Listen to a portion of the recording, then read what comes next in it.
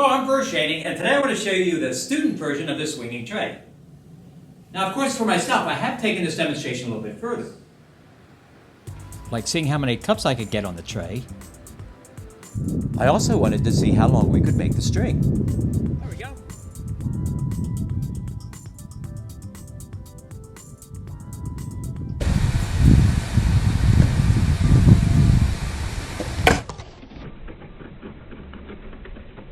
I found adding a handle to the tray opened up some other possibilities, like flipping it up in the air.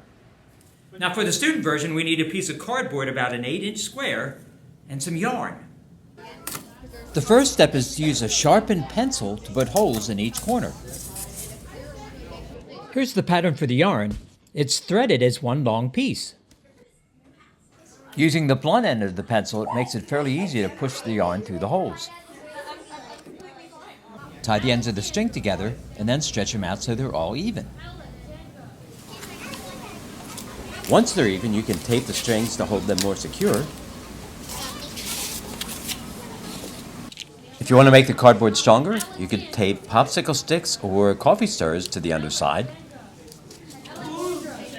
Something else that can be helpful is to clip a Sharpie or other type of pen onto the strings as a handle. Now it's almost ready to go, but there's one more problem. For certain materials, the cardboard's very slippery. When it's needed, I'll spread just a little bit of water around on the surface. That'll help keep the objects from sliding so easily. Before trying it with a cup of water, you may want to try it with some dry materials. Bean bags are a nice, safe choice. So are gel-filled squeeze toys. If you look around, you can find any number of soft toys that will work. I suggested trying it with their phone, but nobody took me up on that offer. Once again, you can test the objects to see if they slide. If they do, add a little bit of water and that'll help keep it on the tray.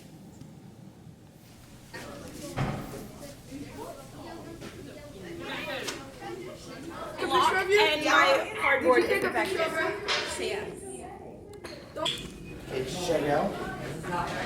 Yes. It's so fire. Time to move outside and try it with water.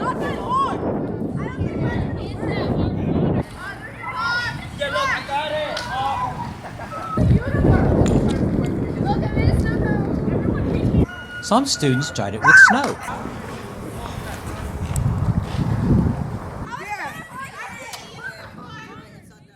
The pen handles needed for this next challenge, once again, all you have to do is clip it onto the string. Now, holding onto the Sharpie, I'll swing it back and forth a little bit, and then flip it up in the air, catch it, and there it is. That's fine.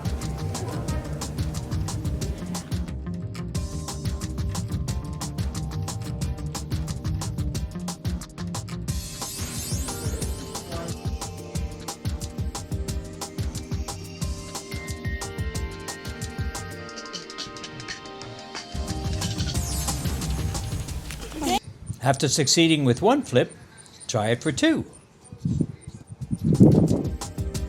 You can balance a variety of materials on the tray. Here's some examples.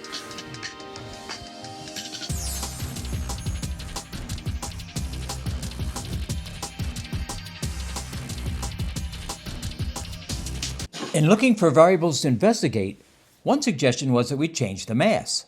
We attempted this by putting different amounts of water in the same type of bottle. We soon discovered that not only does mass make a difference, but also its center of gravity located on the tray. A nearly empty bottle has a high center of gravity, and that made it very unstable. We got the best results when the bottle was about 1/3 of the way full.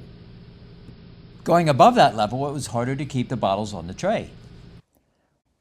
When the bottle was completely full, it was almost impossible to get it to go around even once.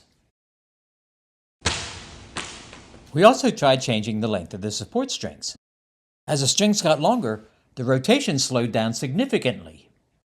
In the future, we'll measure the centripetal force either using a spring scale or have the tray lift a heavy weight, similar to the experiment here. Now, to understand this concept, I've put some water in this bottle, and I'm going to pull it along this tray very rapidly. As the force accelerates the bottle, the water moves to the bottom end due to inertia. Here we have the cup swinging horizontally, and if we look at the water level, it's also pressed to the bottom of the cup. So in both cases, the water is being accelerated by the force that's being applied. In the tray's case, this force is actually towards the center of rotation. The centripetal force is actually pulling against the inertia of an object. When it's released, its path is tangent to that curve.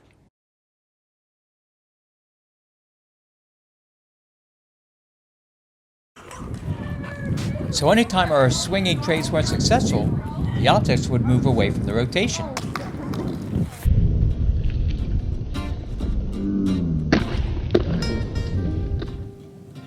Now, we have had a lot of fun with this experiment, and I hope it's one you'll try for yourself. As always, thanks for watching.